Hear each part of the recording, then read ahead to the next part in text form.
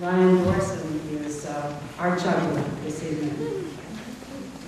One Christmas Eve for the midnight service, I wanted to read an old story from long ago. It was a story about a wandering juggler who happened into a monastery in deep winter and asked for refuge. If memory serves me well, I think it's a French tale called Our Lady's Juggler.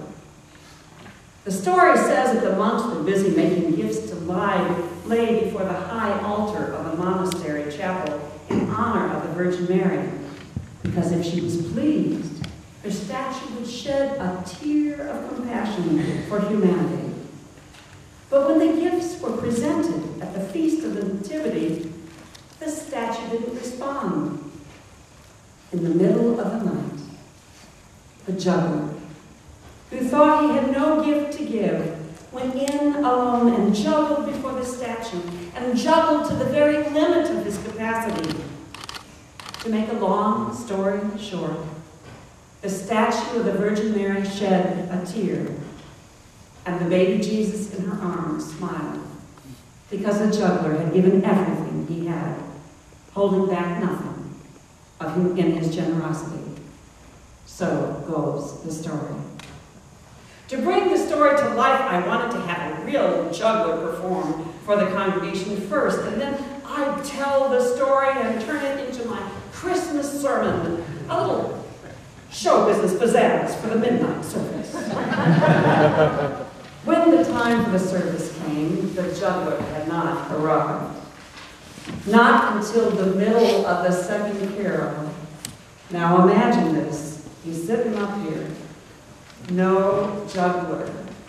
Not until the middle of the second carol did I see him working his way up the crowded aisle. No costume. I had specifically asked him to wear his jester outfit. And no juggling equipment either. What a disappointment. So much for magic at midnight. Well, the congregation headed into the last verse of O Little Town of Bethlehem. The juggler and I held a whispered conference. His car had been stolen, with all his possessions, equipment. But not to worry, a friend had brought him and would take him home afterwards. In the meantime, he had an idea. Not much I could do now. All I had to do was to tell the fairy story. And he, the juggler, would take it from there. No time to argue. The carol was done. The service had to go on. I assumed that when it came time to his performance, the juggler would explain his circumstances and use some things he had found in the kitchen for a short act. Reasonable enough. We got some knives out there. They're a little dull, but that's all right. I think that's better. However, Christmas Eve is not a time for reasoningness. I ought to know that by now. So I read the story. And the juggler stepped into the light from out of the congregation. He was a tall young man with an engaging outside smile. But he was nothing special to look at.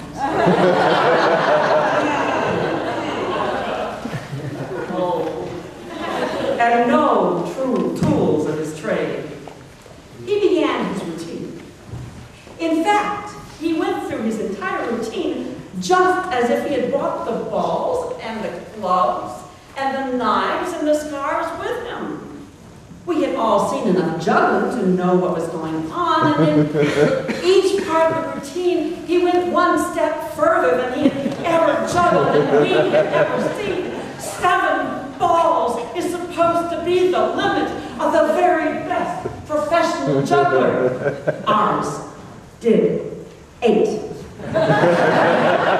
And we knew it when he did it and applauded the moment of triumph. On through 12 silk scarves carried and 7 knives, and we even knew when he set the torches on fire. 8 torches in the air, all at once, and caught them without hurting himself. We laughed and shouted applauded this remarkable performance. We couldn't see it, but we believed it. We gave him a standing ovation on Christmas Eve in church. A standing ovation. He held up his hand for silence, and the congregation sat down.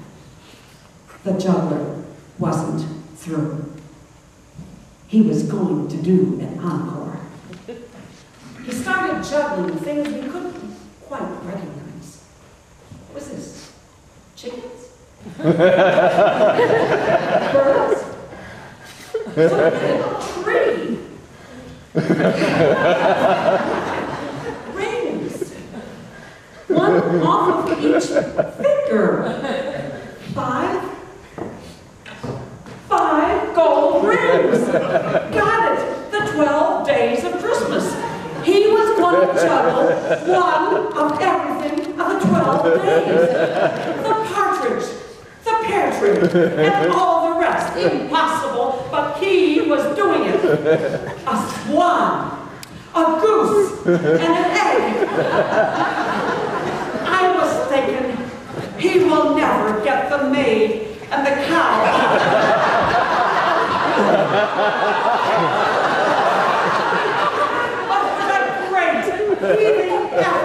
He did it! After that, the leaping lady, and the dancing lord, and the drummer were a piece of cake. Every gift was in the air, way up in the air, because this was a lot of stuff. And as each piece came around, we knew what it was and shouted out his name as he got it and threw it back into the air again. Fantastic. Nobody had ever done this before. The juggler was laughing. The congregation cheered like a crowd in a championship game with a last-minute score. Won it for the home teams, the Redskins, no, the Ravens. The juggler suddenly clapped his hands loudly and stood still. One finger in front of his lips for silence, and silence came. We stood looking at him, and he at us, in the most powerful and meaningful moment of quiet I had witnessed at Christmas Eve. The sermon was supposed to follow the juggler, and it did, but it wasn't I who spoke. We were all addressed by a sermon of eloquent, instructive silence. The silence in which we absorbed the power of the vision we had of the impossible event we had wished into being. The silence in which we thought about our capacity to realize things we can sometimes only imagine. Some of the most wonderful things have to be believed, to be seen, like flying angels and reindeer, like peace on earth, goodwill, hope, and joy. Real because they can be imagined into being. Christmas is not a date on the calendar, but a state of mind.